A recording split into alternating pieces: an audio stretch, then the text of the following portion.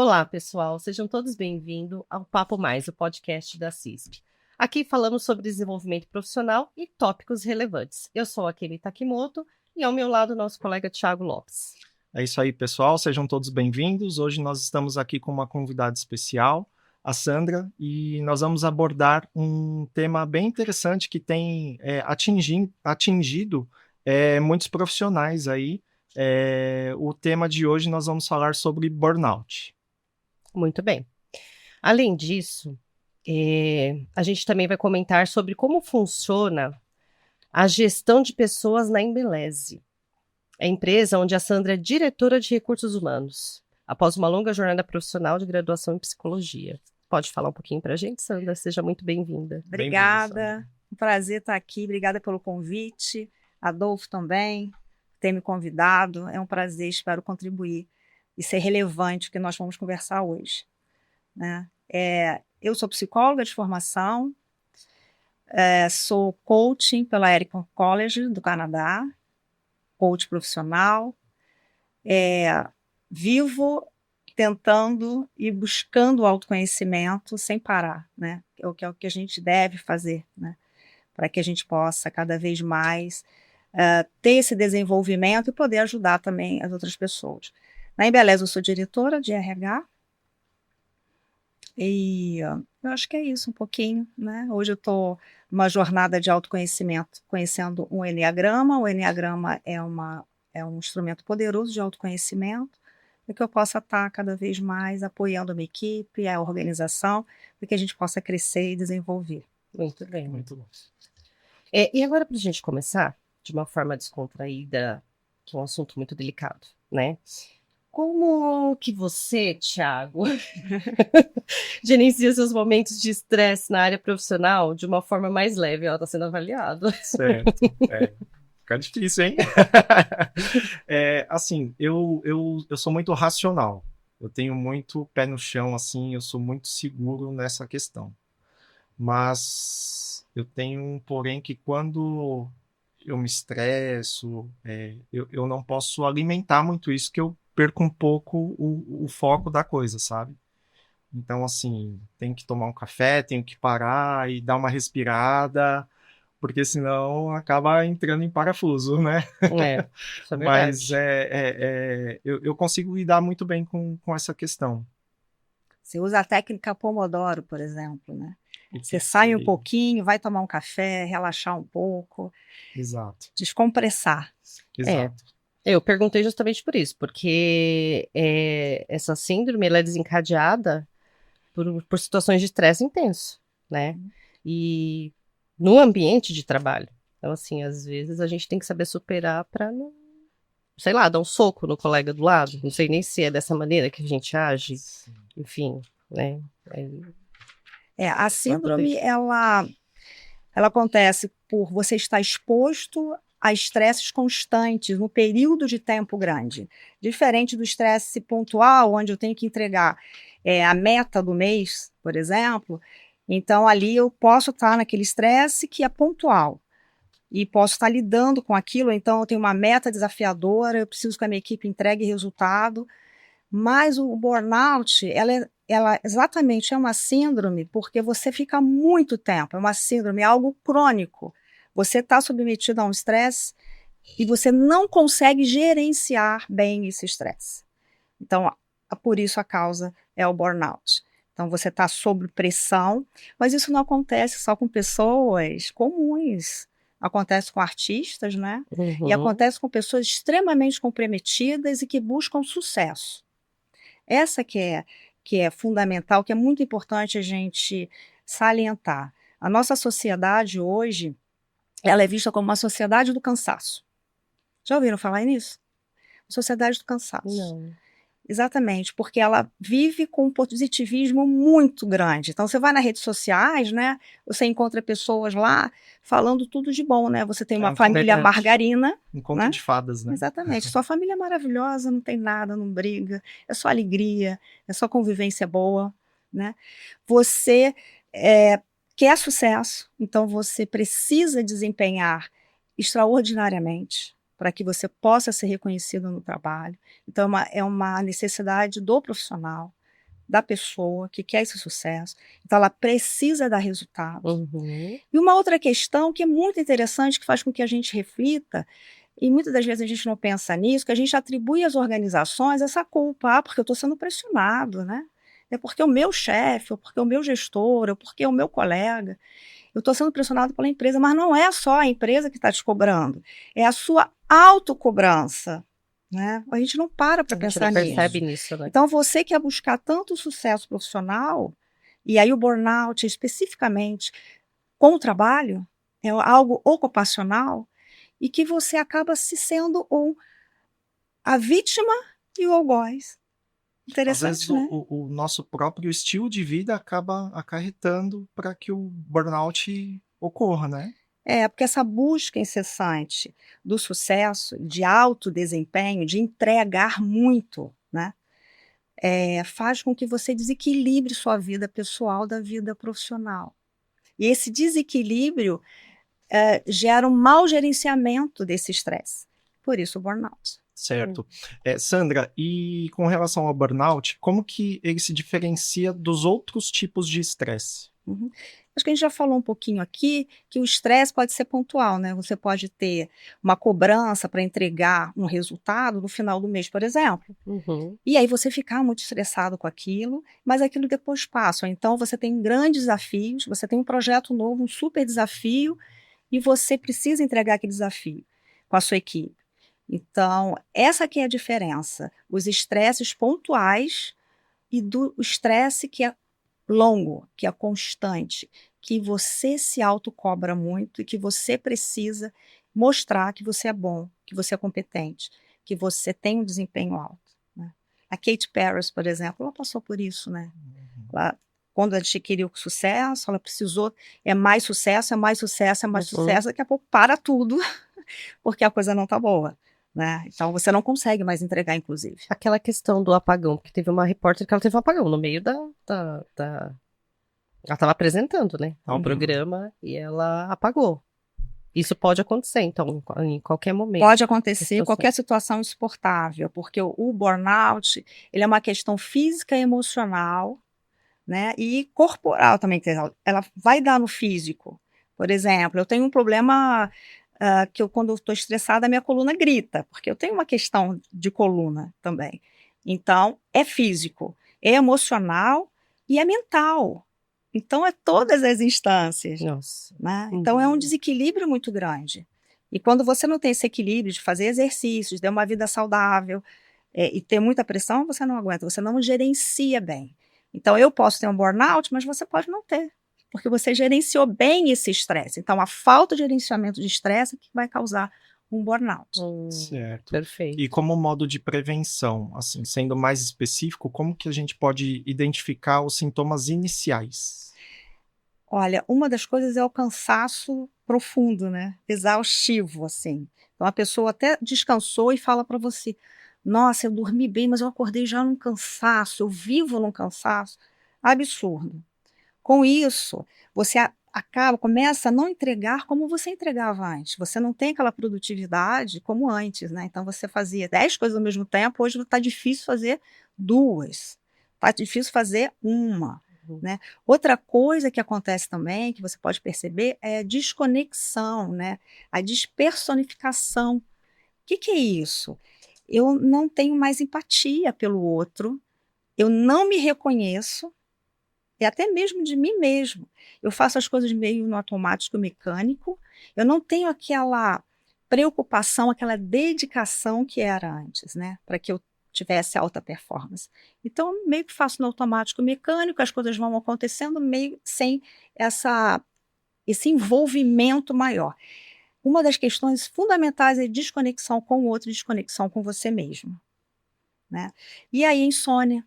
Eu não consigo dormir porque a minha cabeça fica pensando full time no trabalho, como eu vou fazer, o que eu não fiz. Então, eu não durmo. A insônia também é uma questão. Quando eu não consigo entregar, eu começo a ter frustração. E a frustração me faz sentir incapaz. Eu não tenho mais aquela capacidade. Então, são esses sintomas que você consegue identificar um possível burnout no colaborador. Dormir muito também é um sintoma ou não? Não, dormir normalmente muito, você pode estar fugindo de alguma coisa, talvez. Mas a falta de dormir é o burnout. Porque você não consegue parar de pensar nas coisas que você precisa entregar. E ao mesmo tempo você já não tem mais aquela vontade, porque você despersonificou. Então você não. Preocupação constante, né? E que não sai da sua cabeça. Certo. Por isso ela é crônica, por isso ela é tão importante, por isso é muito importante que as pessoas saibam disso, para identificar nas suas organizações e apoiar o colaborador a buscar ajuda. Então, aí uma pergunta que eu gostaria de saber de você. No meio corporativo, isso ainda é um tabu? As pessoas têm um certo receio de pedir ajuda, de sentir que está necessitando daquela...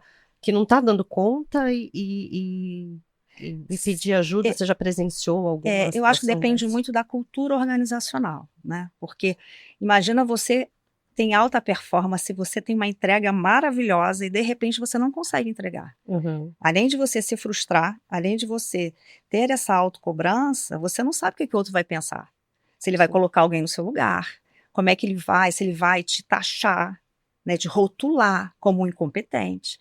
Então, dependendo da cultura, isso pode ser mais difícil para o colaborador. Então, uma cultura mais humanizada, uma cultura mais empática.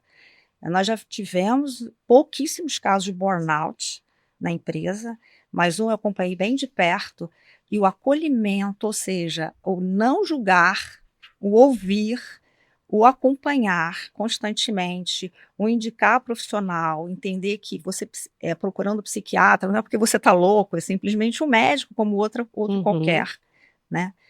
E uma outra coisa que eu acho fundamental que a gente já viveu é a própria equipe onde está inserida essa pessoa, seja ele um líder ou um colaborador individual, que ela possa apoiar e possa saber o que está acontecendo. Então, você chamar também essa equipe, entender, olha, você está percebendo o que está acontecendo, você quer me falar alguma coisa?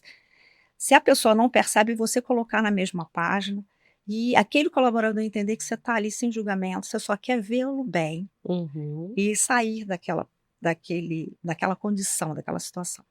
Sim. Mas vai depender muito de como a organização, que cultura é essa que eu estou inserida, para que eu sinta confortável para falar, porque no começo a pessoa tem receio, ela tem dúvida. Talvez não seria a opção pedir ajuda, ou para você se ajudar de repente, se você chegar à conclusão de que aquela organização não está te ajudando também, de repente você entender que é o momento de você parar ali, de você... Ou então buscar uma ajuda externa, né? Sim. Não, obrigatoriamente, no caso de burnout, você precisa de uma ajuda profissional, né? Então, psiquiatra, terapeutas, é importante. Mas se você tem internamente o seu líder que percebe isso, e cada vez mais a gente está capacitando a liderança para que possa não só cobrar metas e desempenho, mas possa entender o que está acontecendo com o seu colaborador. Especialmente quando eu falo de saúde mental. Porque se eu não tenho uma boa saúde mental, eu não vou entregar, eu não vou conseguir chegar nos objetivos que a gente está querendo, está pretendendo, né? Então, normalmente no começo é difícil, até porque às vezes as pessoas não são diagnosticadas rapidamente, ela não procura ajuda rapidamente, ela simplesmente está acontecendo ali, ela confunde que é um estresse muito grande e normalmente culpa também a organização que está cobrando muito, o superior está cobrando muito, entrega 10 e está cobrando aquele 1 que faltou. Então, ter um RH acolhedor que possa entender e que possa apoiar não só a essa pessoa que está passando por isso, líder ou não líder, e a equipe onde ela está inserida, isso é muito importante, porque, imagina, o RH, a função dele é apoiar todos os colaboradores, especialmente a liderança, para que ela possa suportar esse tipo de coisa. Só que hoje em dia as pessoas ainda não sabem exatamente, elas acham que esse papel, muitas das vezes, é de RH.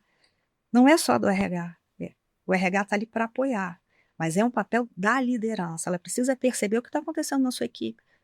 Precisa ser um líder conector, um líder que ouve. Então, nesse momento, ouvir, acolher e poder indicar, né? Porque você, enquanto RH numa organização, você não pode fazer isso. Mas você indicar para que procure um médico, para que o médico possa organicamente verificar o que está acontecendo quimicamente, as reações químicas no seu corpo, isso é muito importante. Né? Sandra, e com relação à recuperação e o tratamento, quais passos são recomendados? eu acho que depois que você passou lá, né, pelo médico e terapia, eu acho que é mudança tanto da organização quanto do colaborador de mindset. Como é que eu estou levando a minha vida? Sabe, como aconteceu com a pandemia, muitas das pessoas pensaram, o que é relevante, o que não é relevante. Depois disso, o que vale a pena? Sim. Né? O que eu devo mudar? Então, uma das coisas é eu fazer exercício físico, sim, cuidar da minha alimentação, cuidar do meu equilíbrio de vida, né? Como é que eu faço? Eu fico o tempo todo continuando pensando no trabalho 24 horas, ou eu faço meu trabalho sim, tenho responsabilidade pontualmente, quando for necessário. Eu vou lá, eu vou me esforçar mais, mas eu preciso ter momentos de descompressão. É o que você falou, né? Eu parei para tomar um café lá. Então eu vou parar mais. Eu vou ter momentos que eu não vou ficar pensando no trabalho. É fácil. Não. O conceito é muito fácil de falar Sim, aqui, verdade. mas não é fácil, uma mudança muito grande. Mas é necessário que você faça esses movimentos, né? Para que você possa ter noites de sono, para que você possa ter qualidade de vida. Então, que você realmente saiba equilibrar. O equilíbrio é a palavra-chave para isso tudo, mas acompanhamento profissional de um psiquiatra, de uma terapia, sem dúvida é importante. Tá? Importante. Agora, o colaborador precisa se sentir acolhido e ouvido. Ninguém vai falar nada. Imagina, se você chega para mim e eu não te recebo, eu não te ouço, você vai confiar em falar alguma coisa comigo? Jamais. Não, Possa verdade. ser o que for. Você não vai confiar. Então, é preciso que a liderança se coloque numa posição de que, de verdade, eu quero te ouvir. Eu estou aqui porque eu me preocupo com você. Eu não estou aqui preocupado só com você me entregar o resultado, mas me entregar também uma qualidade de vida. Então, os líderes precisam se preocupar o que está acontecendo na saúde mental dos seus colaboradores, da sua equipe. Perfeito, excelente. E agora, falando um pouquinho para o nosso público, né?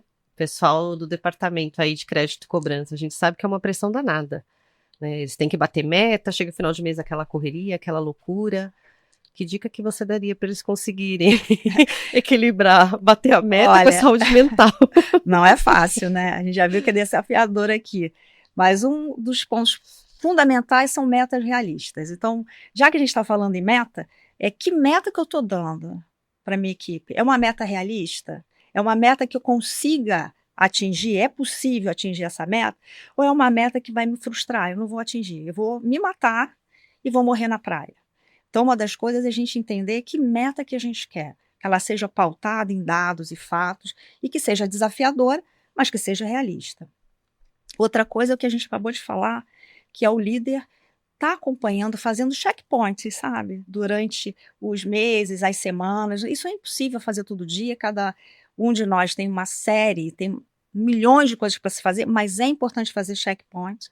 Então, eu vou providenciar um café da manhã para descompressar, eu vou conversar com cada um individual, eu vou fazer encontros com a minha equipe, mesmo no trabalho, para entender o que está acontecendo, quais são as boas notícias, quais são as preocupações dele, se mostrar preocupado, é aquilo que a gente falou genuinamente, mas não adianta fazer isso se você não é genuíno, se você não está preocupado, você só está esperando a entrega da meta. Então, é exatamente isso que eu ia dizer. Quando você tem um chefe, um gestor da área, que ele tenha consciência de que ele tem que te dar uma meta realista, uma realidade, que você vai trabalhar para bater aquela meta dentro do que seja que é possível de possível. cumprir. Agora, se você tem um gestor que é mirabolante na meta, na ideia, como você do outro lado, você precisa falar também, né? Se a tua cultura organizacional te dá espaço para que você seja ouvido, isso é um feedback que pode ser dado para o líder, né? tá. Olha, você falou uma meta, de onde você tirou essa meta, né? Uhum. Quais são os fatos e dados aqui para essa meta? Às vezes é um desejo, e a gente vê isso muito, né? Nós líderes queremos desejos, e não pautados na realidade. Mas entender que metas podem ser, tem que ser atingíveis, mas ela pode frustrar também muito, e pode ter uma pressão muito grande, e essa pressão pode ser desmedida, e que pode ter um burnout. Pode ser só um estresse, mas pode ser também um burnout. Sandra, eu estou vendo aqui que a Embeleze ela foi certificada como Great Place to Work. Uhum.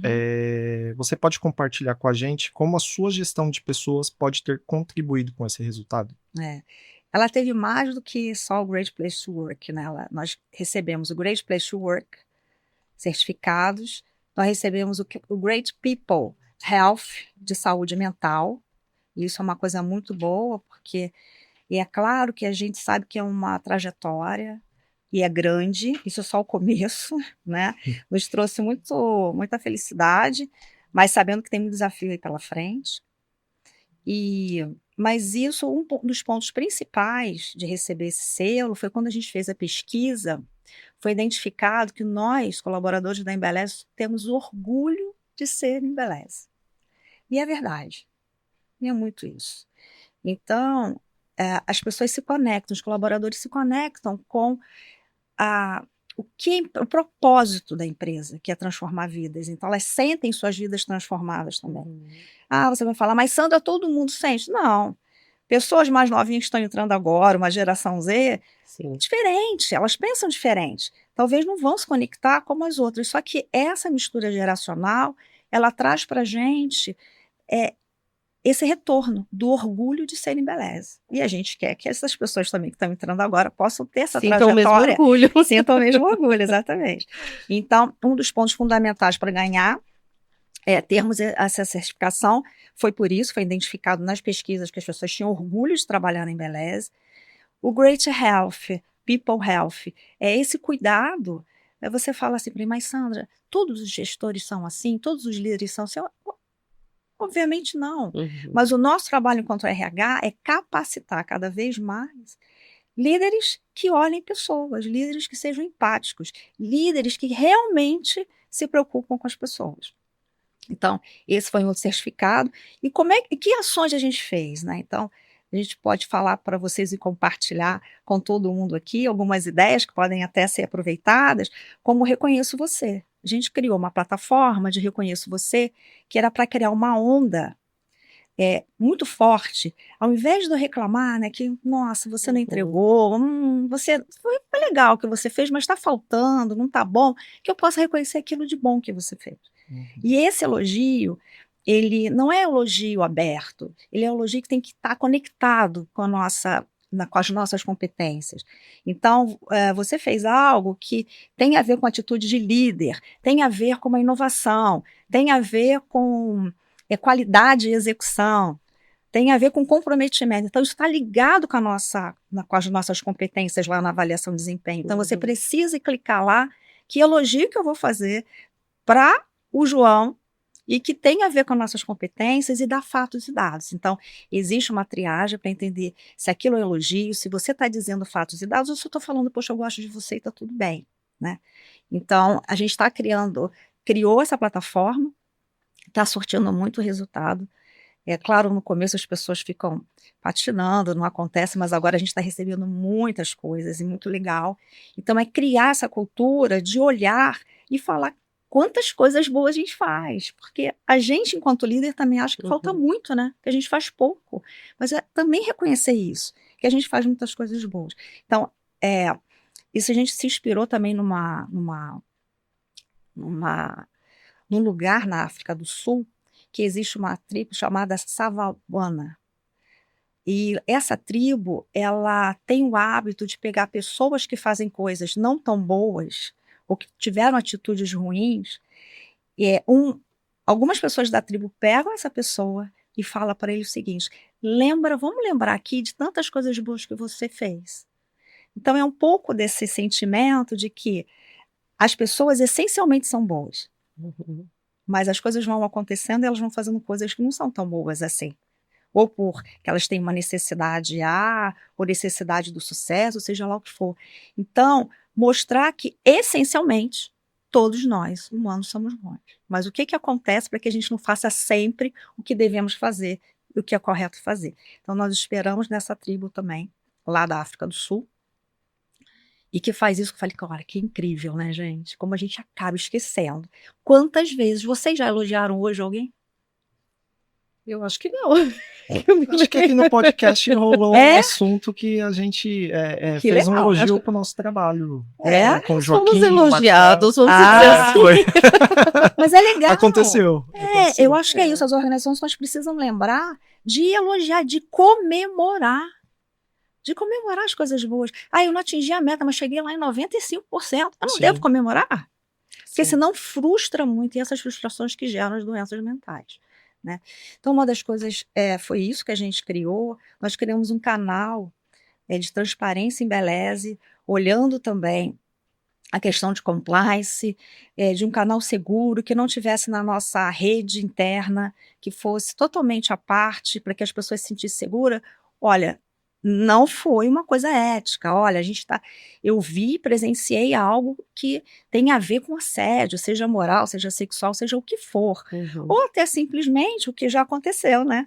Por que que nós, mulheres, que estamos numa linha de produção, e precisamos ser sensíveis, delicadas em colocar lá, numa caixa de produto, por exemplo, de tintura, colocar lá a bula, colocar a luva, colocar todo o produto, e nós somos mais sensíveis, nós somos mais atenciosas, mais delicadas.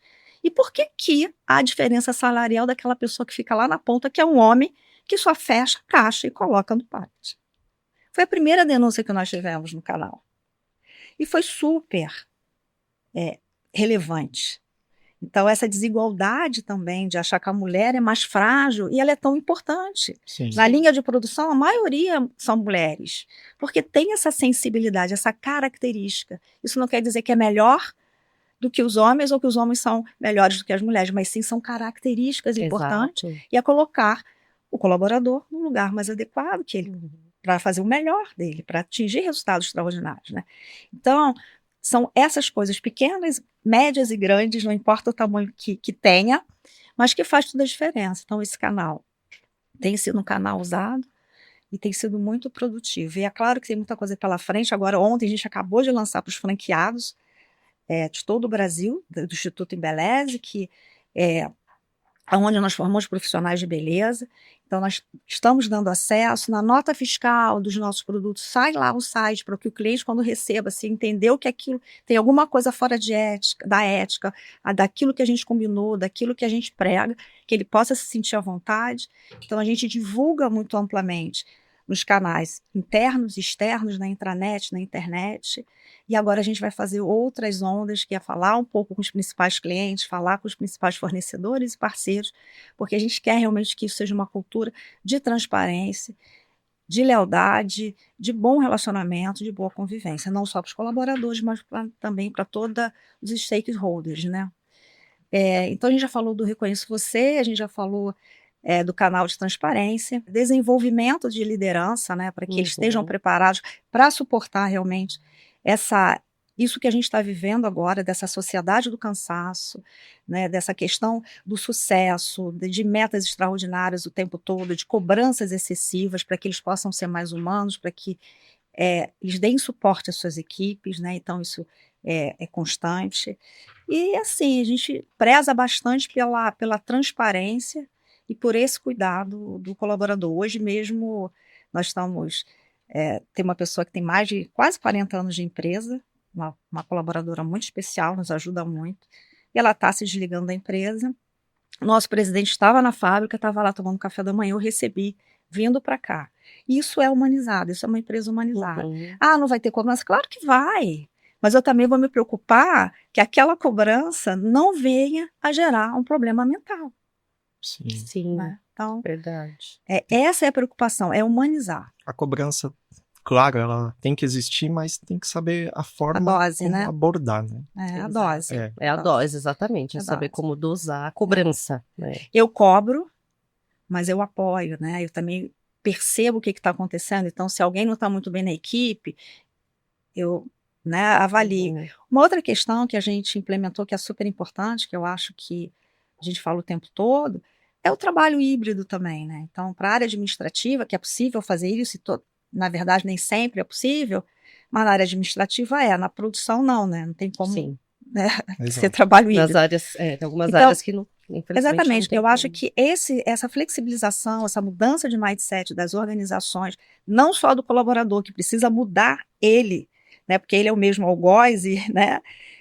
Ele mesmo se autocobra demais, mas as organizações também precisam entender e dar essa flexibilidade, porque não é que quando você está em casa você não vai trabalhar, pelo contrário, às vezes você trabalha muito mais, mas você não precisou pegar ônibus, né? Você não precisou pegar seu carro, não precisou enfrentar trânsito, não precisou perder tempo. Então, É aquele dia que você acorda e fala, poxa, hoje eu não estava afim de ir lá, não estava afim de ver o pessoal, estava afim de trabalhar daqui, ficar quietinha aqui no meu canto, né? E tem uma oportunidade, você vai acordar autonomia. cedinho sim, mas você vai conseguir malhar, né? Fazer um exercício físico, porque no teu horário você vai estar lá já. Então, Uhum. esse entendimento da saúde como um todo do colaborador, com certeza você vai ter colaboradores mais felizes e inclusive Harvard já fala isso, né? Colaboradores isso é felizes, eu verdade. tenho produtividade, É Exato. verdade. eu tenho retorno. É, Então, não adianta eu pressionar e tirar tudo e o cara falhar, né? isso é verdade. É como se fosse queimei meu cérebro aqui, porque não estou aguentando a pressão. E a sua pressão é só cobrança. Perfeito. Muito bom. É isso aí, pessoal. Para os outros associados que estão nos assistindo, fica a dica, né, de como poder trabalhar aí com os seus funcionários, nos seus departamentos, nas suas empresas. E aproveitando, vou pedir para vocês seguirem as nossas redes sociais. Nós estamos no Instagram, Facebook, YouTube, LinkedIn, Spotify, onde estamos com o @CISPOficial. Tenho certeza que os nossos conteúdos vão te impulsionar como associado, a exemplo do assunto que nós estamos falando hoje. É isso aí, Kemi. Queria agradecer a você, Sandra, pela presença, por ter aceitado o nosso convite. Um assunto tão importante, né? Hoje, principalmente depois do que a gente passou pela pandemia. Espero que os nossos ouvintes aí tenham, né, pego alguns insights dessa conversa, desse bate-papo. E muito obrigado pela sua presença. Eu que agradeço o convite, a confiança e espero que seja relevante esse nosso papo para muitas pessoas, muitas organizações. Com certeza foi. Muito obrigada. Muito obrigada por compartilhar com a gente seu agradeço. conhecimento. Até a próxima, pessoal. Tchau, tchau, pessoal. Tchau, Até a tchau. próxima. Muito obrigada.